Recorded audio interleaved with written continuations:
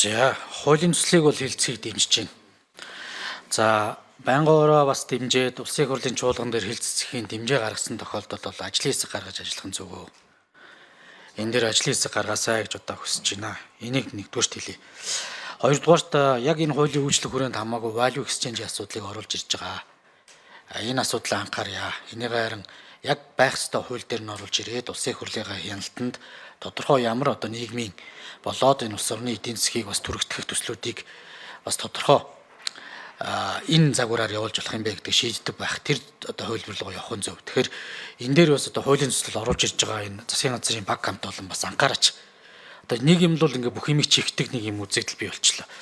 За хоёрдугаар би Батнайрамд гишүүний хэлж байгаатай бас санал нэг байна. Менежментээ сайжруулах. Гэхдээ өнөөдрийн Монгол улсын нөхцөл байдал чинь тээвэр логистикийн нөхцөл байдал чинь угаасаа багтаамжтай хүчин чадалтай. Эннээс 1000 давж бид нар менежмент хийхэд бурхан бууж ирсэн ч хийж чадахгүй.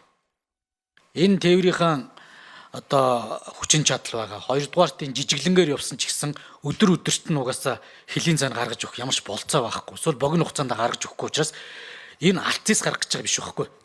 Энэ нүүрс чи өөрөө хорогддог, шатдаг, за бохирддаг, чанар алдагддаг. Ийм төрлийн бизнес байхгүй. Тэгээ энэ бол нэг тийм одоо нэг савлгаатай бүтээгдэхүүн биш. Тэгэхээр энэ дээрээ хэдүүлээ бас яг бодит зарим үннээ хэлээд ийм зүйл байна. Би одоо хүртэл жижиг давамтлагууд дээр нэг бетээр ажиллаа 6 сар хийж байхад уурхайн амнаас гарч байгаа тээвэрлээд явж байгаа автомашинээс хорогдолтой очдог байхгүй. Уурхаа дээрээс хэмжилт нэг байдаг, наавтын талбай дээр буугаад нэг байдаг. Авцаам нь ямар вэ? Тэгээ сүүлдээ яг энэ нэг менежмент буюу гүйцэтгэх захирал дунд нь зогсоож байгаа шанагдаад авцсан юм шиг юм яригддаг байхгүй. Тэгээ уул уурхаа одоо эрдэс соёлын амнаас тухайн үедээ энэ хорогдлын асуудал дээр нэг тийм аргачлал гаргаж өгөөч гэсэн одоо хүртэл байхгүй. Тэгээ энэ дэр чи ямар менежмент явах вэ ийм бахар. Тэгэхээр энийг нөгөө бодит бас нэг энэ ажлыг нь бас ойлгож иж бас энэ зөв зөвлөлийн менежментийг бодоорой. Би бас яг хөө тийм уул уурхаач юм биш. Гэхдээ бас бодит байдал дээр нэг 6 сар үдсэн нүүрс тээврийн асуудлыг дагаа тэр цагаат хүртэл дарж явж үдсэн. Үнэхээр тэр аимшигтай замаар нүүрс бүтээ очтгүй юм байлээ.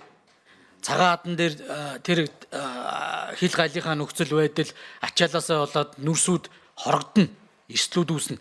Тэгэхээр энэ бүх зүйлүүдийг өгнө уурхаа буюу одоо энэ уурхайн бизнесийг хийж байгаа хүмүүс биш. Эрслийг нь бол худалдаа авагч тээврийн компаниар хоёроо юм зогцдог. Энэ лүг бол илүү бодлогоо оруулаад бидэд үнэтэй үедээ үнэтэйгээр хурдан зараад авчмаар байна. Сүүлдээ эн чинь одоо ингээ явсаар байгаа тээвэрлж өгч чаддгүй компани яг олборлол зарангуут нь эн чинь тэр хэмжээгээр оператор компаниуд чинь нүүрсүүдийг чи хөрс